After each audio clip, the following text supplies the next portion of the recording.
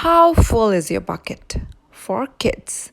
Written by Tom Rath and Mary Reckmeyer. Illustrated by Maurie J. Manning. Felix was putting one of the last blocks on his tower when his little sister came in. I want to build with you, she said. Felix scowled. Go away, you are too little.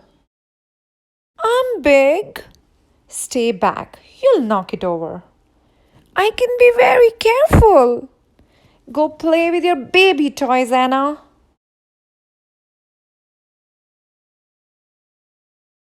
Thwack! Grandpa! Grandpa shook his head. Felix, you just dipped from your sister's bucket.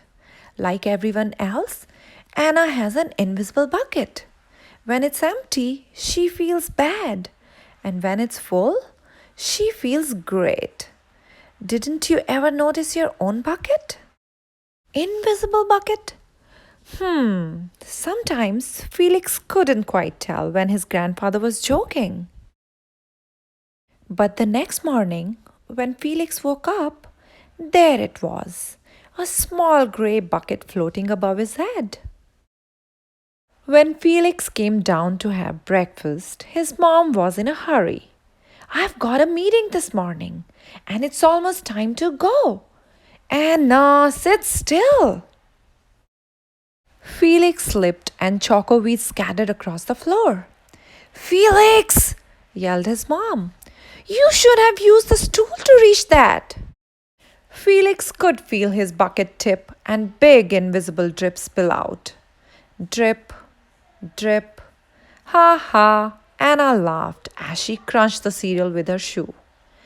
Drip. Get the broom and clean that up before you miss the bus, scolded Mom. With the school bus honking, Felix quickly swept up the choco weeds and grabbed the last blueberry muffin. But before he could even take one bite, Buster jumped up and grabbed the muffin from his hand. Drip. Hey, look at Felix's new backpack. My baby brother has one just like it. Drip. Shh, Felix. Shh. Drip. Watch out, shrimp. Drip. It was still morning, and Felix's bucket felt almost empty.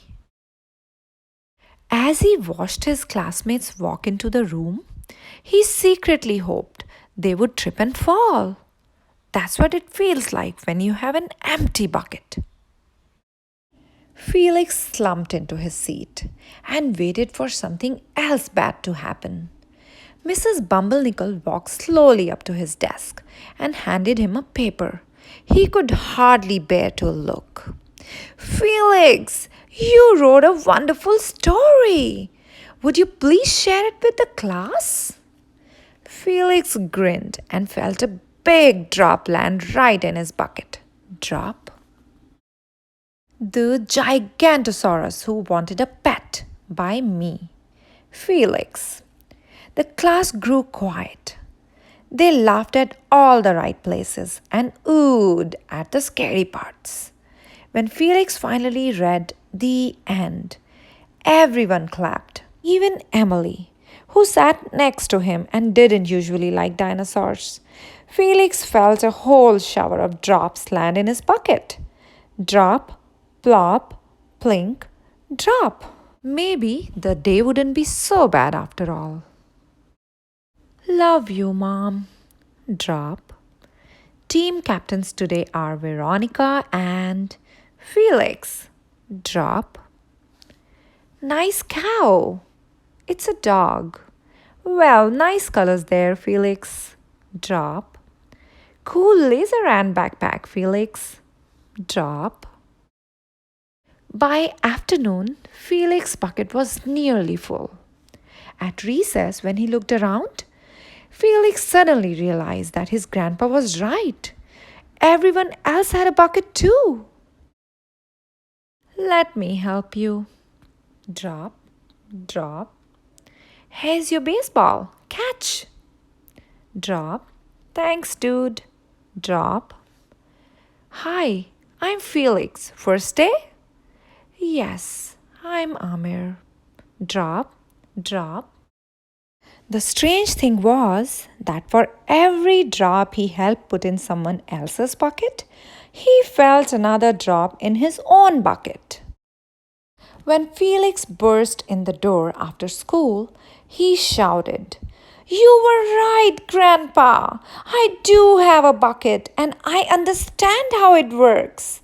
Then he saw Anna's torn doll. "Bad dog," he almost scolded. But then he thought, dogs might have invisible buckets too.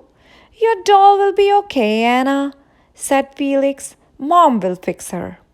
Until then, do you want to help me build the tallest building in the world with my blocks?" And so they did.